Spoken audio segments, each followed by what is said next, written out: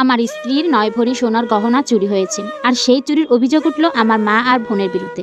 কিন্তু আমি জানতাম আমার মা আর বোন এমন কাজ কোনোদিন করতেই পারে না। তবু সেদিনও আমি এমন এক পরিস্থিতির মধ্যে পড়েছিলাম যেখানে সত্য আর মিথ্যার পার্থক্য করা অসম্ভব হয়ে পড়েছিল।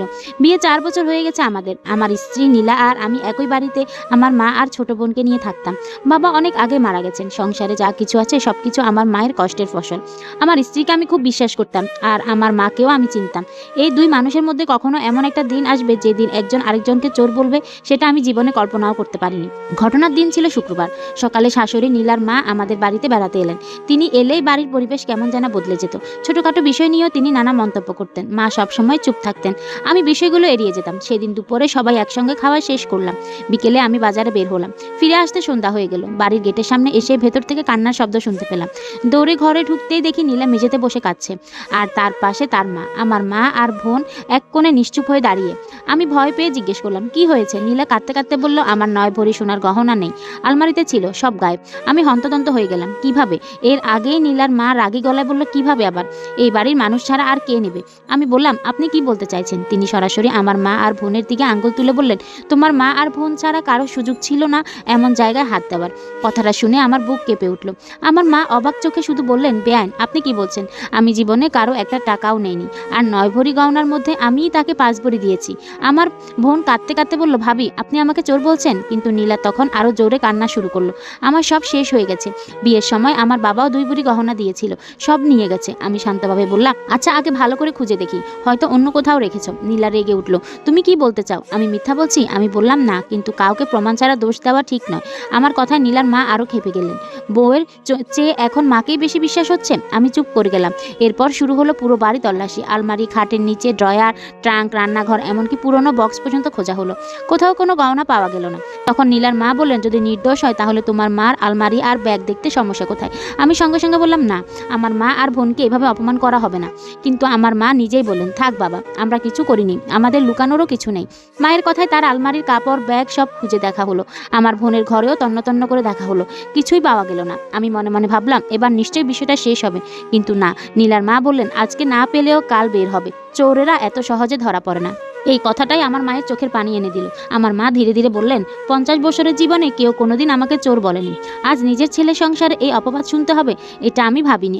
আমার বোন কান্না চেপে নিজের ঘরে চলে গেলেন। সেদিন রাতে আমাদের বাড়ির কেউ ঠিকমতো ভাতও খায়নি। একদিকে আমার স্ত্রীর কান্না, অন্যদিকে আমার মায়ের নীরব চোখের জল। আমি মাঝখানে দাঁড়িয়ে বুঝতেই পারছিলাম না কি করব। কিন্তু একটা বিষয় আমাকে বারবার ভাবাচ্ছিল। নীলা বলছিল গহনাগুলো সে আগের রাতেই দেখেছে, কিন্তু আজ সারাদিন বাড়িতে যাতায়াত করেছে মাত্র ৪ জন মানুষ, মা, বোন, নীলা আর নীলার মা। বাইরের কেউই আসেনি। তবুও আমার মন বলছিল কোথাও যেন একটা বড় রহস্য লুকিয়ে আছে। কারণ আমি আমার মা আর বোনকে যতটা চিনি, তারা ক্ষুধার কষ্ট সহ্য করতে পারে, কিন্তু অন্যর জিনিসে হাত দিতে পারে না। সেদিন রাতে আমি মনে মনে সিদ্ধান্ত নিলাম, সত্যিটা আমি বের করব। যেই দোষী হোক, তাকে আমি ছাড়বো না। সেদিন রাতের অন্ধকারটা যেন অন্য যে কোনো রাতের চেয়ে অনেক বেশি ভারী ছিল। বিছানায় পিঠ ঠিকাতেই বুকের ভেতর একটা তীব্র যন্ত্রণা মোচড় দিয়ে উঠল। এক পাশে নীলা ফুফিয়ে কাঁদছে, আর দেওয়ালের ওপাশে আমার মা আর বোনের ঘর।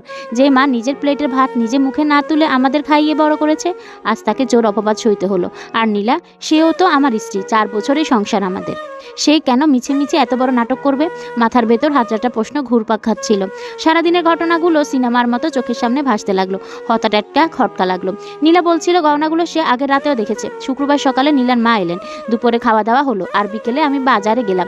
এই ৪-৫ ঘন্টার ব্যবধানে গহনা গায়েব। যদি মা বা বোন নিত, তবে বাড়ি তল্লাশির সময় কোথাও না কোথাও পাওয়া যেত। তাহলে তারা তো আর গহনা গিলে ফেলেনি। আর যদি বাইরের কোথাও সরিয়ে দিয়ে থাকে, তবে সেটা কখন করলো? বিকেল থেকে সন্ধ্যা পর্যন্ত তো তারা বাড়ির ভেতরেই ছিল। চিন্তা করতে করতে কখন যে চোখ লেগে এসেছিল আমি জানি না। হঠাৎ একটা মৃদু খসখস শব্দে আমার ঘুম ভেঙে গেল। ঘড়ির দিকে তাকিয়ে দেখলাম রাত তখন আনুমানিক ৩টে বেজে ২০ মিনিট। পাশের দিকে তাকিয়ে দেখলাম নীলা বিছানায় নেই। ঘরের দরজাটা সামান্য খোলা। আমি খুব সাবধানে কোনো শব্দ না করে খাট থেকে নামলাম। দরজার ফাঁক দিয়ে ড্রয়িং রুমের দিকে তাকাতেই আমার মেরুদণ্ড দিয়ে একটা হিমশীতল স্রোত বয়ে গেল। হালকা অন্ধকারে আবছা আলোয় দেখা যাচ্ছে নীলা আর শাশুড়ি আম্মা ফিসফিস করে কথা বলছেন। আমি দেওয়ালের আড়ালে এসে কান পাতলাম। শাশুড়ি আম্মা চাপা গলায় বলছেন, তুই ব্যাগটা ঠিকঠাক জায়গায় লুকিয়ে রেখেছিস তো নীলা? তোর শাশুড়ি আর ননদ যেভাবে আলমারি দেখালো, আমার তো বুক কাঁপছিল। নীলা ফিসফিস করে জবাব দিল, মা, তুমি পাগল হয়েছ? আমি কি এত বোকা? ওগুলো শাশুড়ির আলমারিতে রাখবো কেন? ওনার আমার বিছানা তোষকের তলা কেটে গয়নাগুলো রেখে ওভাবেই সেলাই করে তারপর উপর থেকে চাদর টেনে দিয়েছি। চোর সাজাতে হলে একটু বুদ্ধি খাটাতে হয়। শাশুড়ি আম্মা একটা স্বস্তির নিঃশ্বাস ফেলে বললেন, বাচালি, এবার দেখবি তোর বর কিভাবে অতিষ্ঠ হয়ে এই বাড়ি থেকে তোর শাশুড়ি আর ননদকে বের করে দেয়। এই বুড়ি আর ধাড়ি বেঁধে বেঁধে ওলনাটার ছায়া থেকেও মুক্তি পাবি। আর 9 ভরি সোনাও তোর কাছেই থাকবে। এক ঢিলে 2 পাখি। কথাগুলো শোনা মাত্রই আমার পায়ের তলা থেকে যেন মাটিটাই সরে গেল। আমার চোখের সামনে যেন চারপাশের পৃথিবীটা ধুলতে লাগলো।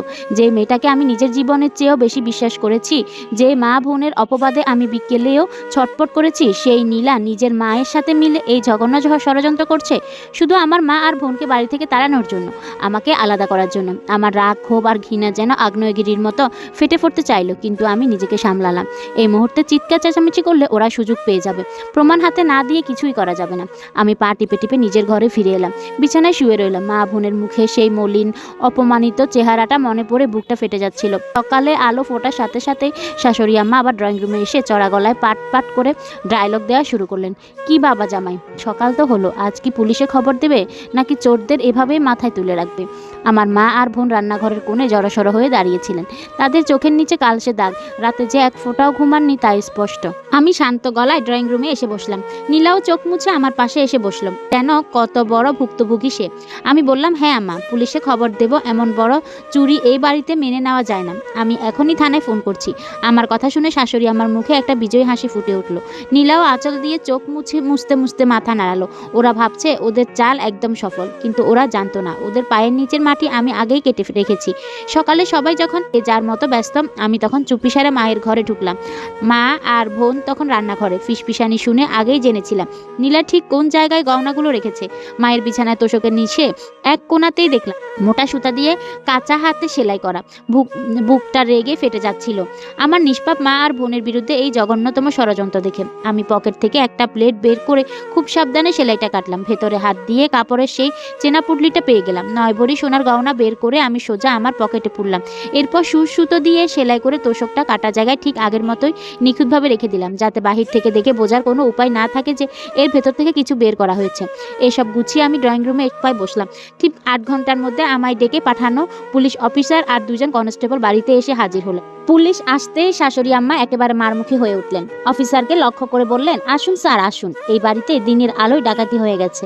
আমার মেয়ের 9 ভরি সোনা গায়েব। আমি তো জামাইকে বললাম বাড়ির মানুষ ছাড়া কেউই এই কাজ করতে পারে না। পুলিশ অফিসার গম্ভীর গলায় বললেন, কাউকে কি আপনাদের সন্দেহ হয়?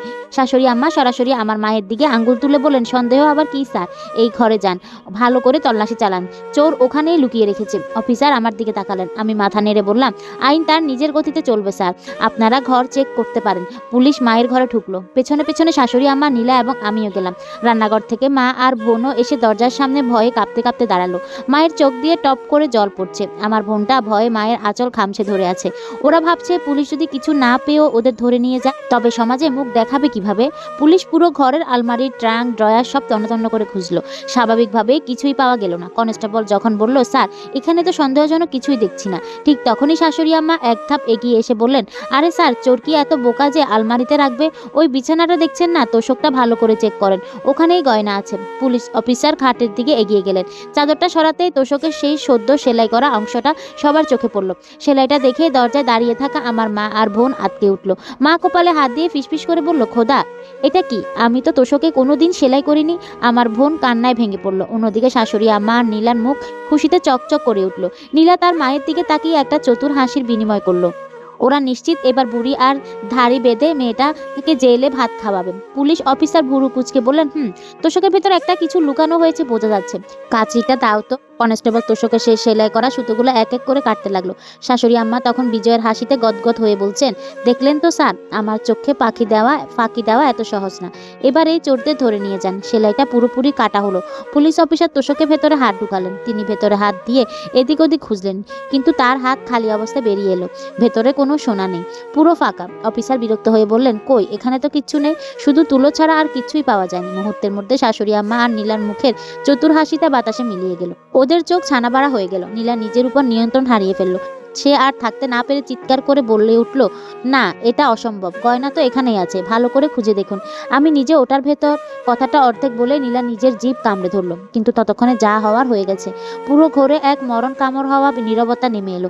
পুলিশ অফিসার ধীর পায়ে ঘুরে দাঁড়ালেন, তার চোখ দুটো ঈগলের মতো সরু হয়ে গেল নীলার দিকে। তিনি গম্ভীর ও ঠান্ডা গলায় বললেন, আপনি নিজে ওটার ভেতর কি করছিলেন? আর এখন বলছেন আপনি নিজে ওটার ভেতর? তার মানে আপনি আগেই জানতেন গহনা এই তোষকের ভেতরেই আছে? নীলার কপাল বেয়ে তখন ঘাম ঝরছে। সে তোতলামি করে বলল, না মানে স্যার, আমি বলতে চেয়েছিলাম চোরেরা হয়তো এখানেই। নাটক বন্ধ করো নীলা। আমি পকেট থেকে হাত বের করে শটান দাঁড়িয়ে তীব্র গলায় গর্জে উঠলাম। আমার এই চড়া কণ্ঠের ঘরের সবাই চমকে উঠল। আমি পকেট থেকে সুতি কাপড়ের সেই চেনা পুটলিটা বের করে পুলিশ অফিসারের সামনে ধরলাম। জিপারটা খুলতেই ঝকঝক করে উঠল 9 ভরি সোনার গহনা। গহনাগুলো দেখে শাশুড়ি আম্মা আর নীলার চোখ যেন কোটর থেকে বেরিয়ে আসার জোগাড় হলো। দরজায় দাঁড়িয়ে থাকা আমার মা আর বোন বিস্ময়ে একে অপরের দিকে তাকাতে লাগলো। পুলিশ অফিসার ভুরু কুঁচকে বললেন, সাহেব, এটা কি? গহনা আপনার কাছে কিভাবে এলো? আমি একটা দীর্ঘশ্বাস ফেলে বললাম, স্যার, কাল রাত 3:20 যখন পুরো বাড়ি ঘুমে, তখন আমার স্ত্রী আর এই শাশুড়ি ড্রয়িং রুমে বসে ফিসফিস করে ষড়যন্ত্র করছিল। আমি নিজ কানে শুনেছি। আমার মা আর বোনকে চোর সাজিয়ে এই বাড়ি থেকে তাড়ানোর জন্য নীলা নিজের হাতে তোষক কেটে গহনা লুকিয়ে আবার সেলাই করে দিয়েছে। ওরা ভেবেছিল সকালে পুলিশ ডেকে আমার নিরাপদ মা আর বোনকে জেলে পাঠাবে, কিন্তু ওরা জানার আগে আজ ভোরে আমি নিজেই ব্লেড দিয়ে তোষক কেটে গহনাগুলো আমার পকেটে সরিয়ে নিই এবং আবার আগের মতো সেলাই করে দিই।